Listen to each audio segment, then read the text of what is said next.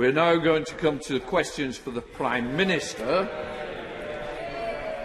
I will first call the Prime Minister to answer the engagements question, and then I will call Andrea Jenkins to ask her supplementary. Prime Minister. Mr. Speaker, I know the thoughts of members across the House are with the people of India. We're supporting India with vital medical equipment, and we will continue to work closely with the Indian authorities to determine what further help they may need. Mr. Speaker, I also welcome last week's Court of Appeal decision to overturn the convictions of 39 former sub-postmasters in the Horizon dispute, an appalling injustice. Sir Wyn Williams is leading an ongoing independent inquiry that will report this summer. Mr. Speaker, this morning I had meetings with ministerial colleagues and others. In addition to my duties in this House, I shall have further such meetings later today. Let's go to Andrea Jenkins. Andrea.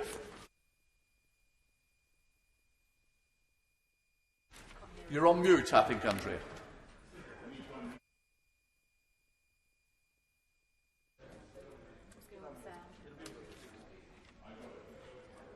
Have you got the answer?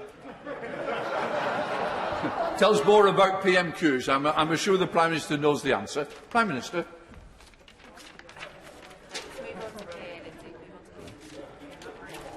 You can't do it. What I'm going to do, we're going to try and come back. I'm going to go to Leader of the Opposition, Keir Starmer.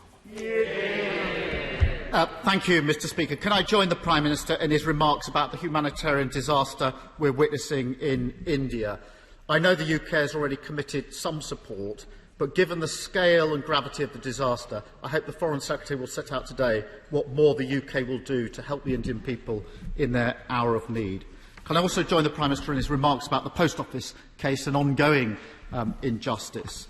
And of course, today is International Workers' Memorial Day, and this day, this year, after all the sacrifices our frontline workers have made during the pandemic, it's even more poignant than usual. I join in solidarity with all those mourning loved ones today. Mr. Speaker, it was reported this week, including in the Daily Mail, the BBC and ITV, backed up by numerous sources, that at the end of October the Prime Minister said he would rather have, and I quote, bodies pile high than implement another lockdown. Can the Prime Minister tell the House categorically, yes or no, did he make those remarks or remarks to that effect? Prime Minister. No, Mr. Speaker, and I think the right honourable gentleman is a lawyer, I'm given to understand. I think that if he's going to repeat allegations like that, he should come to this House and substantiate those allegations and say where he heard them and who exactly is supposed to have said those. Who exactly is supposed to have said those things, Mr. Speaker? Because what I certainly can tell him, and he asked about the October decisions, they were very bitter, very difficult decisions, as they would be for any Prime Minister, Mr. Speaker, because no one wants to put this country into a lockdown with all the consequences that means for loss of education, for the damage to people's life chances, to the huge medical backlog that it entails. But it was thanks to that lockdown, the tough decision that we took, Mr. Speaker, and thanks to the heroic efforts of the British people, that we have got through to this stage in the pandemic where we find ourselves rolling out our vaccine, where we've done 50% of the population, 25% of the adult population have now had 2 doses, Mr. Speaker. And lockdowns are miserable. Lockdowns are appalling things to have to do, but I have to say that I believe that we had absolutely no choice. Yes, Starmer. Well, somebody here isn't telling the truth. The House will have heard the Prime Minister's answer, and I remind him the Ministerial Code says, and I quote, "Ministers who knowingly mislead Parliament will be expected to offer their resignation." I'll leave it there for now. Turning to another issue, there'll be further on this, believe you me, who initially, and Prime Minister, initially is the key word here, who initially paid for the redecoration of his Downing Street flat? Prime Minister. Mr. Speaker, when it comes to misleading Parliament, he may recollect that it was only a few weeks ago that he said that he didn't oppose this government, this country staying in the leaving the European Medicines Agency. The fact that he was then forced to retract and leaving the European Medicines Agency was absolutely invaluable for our vaccine rollout. And actually, it was just last week that he said that James Dyson. He said that James Dyson was a personal friend of mine. A fact that James Dyson was corrected in the newspaper this morning. As for the latest stuff that he's bringing up, he should know that I paid for Downing Street refurbishment personally, Mr. Speaker, and I contrast it.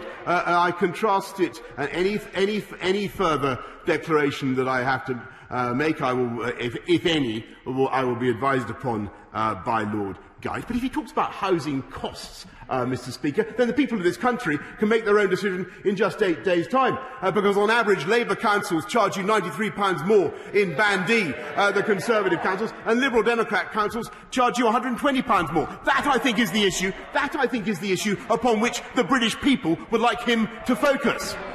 Keir Starmer. Mr. Speaker, normally when people don't want to incriminate themselves, they go no comment. Let me ask this. Let's explore this a bit further, Prime Minister. Let's ask it a different way. Either, this is the initial invoice, Prime Minister, initial invoice, either the taxpayer paid the initial invoice, or it was the Conservative Party, or it was a private donor, or it was the Prime Minister. So I'm making it easy for the Prime Minister. It's now multiple choice. There are only 4 options. It should be easier than finding the chatty rat, Mr. Speaker. So I ask the Prime Minister again, who paid the initial invoice, Prime Minister, for the redecoration of the Prime Minister's flat, the initial invoice? Prime Minister. Mr. Speaker, I've given him the answer, and the answer is I have covered the costs, and I think most people will find it absolutely bizarre. And of course, there's an electoral commission investigating this, and I can tell him that I've conformed in full with the code of conduct, with ministerial code, and officials who have been have been advising me throughout this whole thing. But I think people will think it absolutely bizarre that he is focusing on this issue, when what people want to know is what plans the Labour government might have to improve the life of people in this country. And let me tell you, if he talks about housing again, we're helping people on the house. I'd rather not spend taxpayers' money, by the way, like the last Labour government, which spent £500,000 of taxpayers' money on the Downing Street flat. I'd rather, yes they did, tarting it up. I would much rather help people get on the property ladder, and it's this Conservative government that has built 244,000 homes in the last year, which is a record over 30 years. This is a government that gets on with delivering on the people's priorities, while he continually raises, I think, issues that most people would find irrelevant to their concerns. Keir Starmer. Mr. Speaker, he talks of priorities. What's he spending his time doing? This is a Prime Minister who, during the pandemic, was nipping out of meetings to choose wallpaper at £840 a roll. Just last week, he spent his time phoning journalists to moan about his old friend Dominic Cummings. And he's telling the civil service to find out who paid for the redecoration of his flat. The Cabinet Secretary has been asked to investigate who paid for the refurbishments in the flat. Why doesn't the Prime Minister just tell him? That would be the end of the investigation. Mr. Speaker, it's been widely reported that Lord Brownlow, who just happens to have been given a peerage by the Conservative Party, was asked to donate £58,000 to help repay for the cost of this refurbishment. Can the Prime Minister, if he's so keen to answer, confirm, did Lord Brownlow make that payment for that purpose? Minister. Mr. Speaker, I think I've answered this question several times now, and the answer is that I have covered the costs. I have met the requirements that I've been obliged to meet in full, And when it comes to the taxpayer and the costs of Number 10 Downing Street, it was the previous Labour government. I think Tony Blair racked up a bill of £350,000. And I think what the people of this country want to see is minimising taxpayer expense. They want to see a government that's focused on their needs and delivering more homes for the people of this country and cutting council tax, which is what we're doing. And it's on that basis that I think people are going to judge our parties on May the 6th. Keir Starmer. Answer the question. That's what the public scream at their televisions every PMQs. Answer the question. The Prime Minister hasn't answered the question. He knows he hasn't answered the question. He never answers the question. The Prime Minister will be aware that he's required to declare any benefits that relate to his political activities, including loans or credit arrangements, within 28 days. 28 days, Prime Minister, yes. He will also know that any donation must be recorded in the register of ministers' interests, and that under the law any donation of over £500 to a political party must be registered and declared. So the rules are very clear. The Electoral Commission now think that there are reasonable grounds to suspect that an offence or offences may have occurred. That's incredibly serious. Can the Prime Minister tell the House, does he believe that any rules or laws have been broken in relation to the refurbishment of the Prime Minister's flat? Prime Minister. No, I don't, Mr. Speaker. What I believe has been strained to breaking point is the credulity of the public. He has half an hour every week to put serious and sensible questions to me about the state of the pandemic, about the vaccine rollout, about what we're doing to support our NHS, about what we're doing to fight crime, about what we're doing to bounce back from this pandemic, about the economic recovery, about jobs for the people of this country. And he goes on and on, Mr. Speaker, about wallpaper when, as I've told him umpteen times now, I paid for it. Keir Starmer. Mr. Speaker, can I remind the Prime Minister of the Nolan Principles, which are meant to govern the behaviour of those in public office? They're these: selflessness, integrity, objectivity, accountability, openness, honesty, and leadership. Instead, what do we get from this Prime Minister and this Conservative government?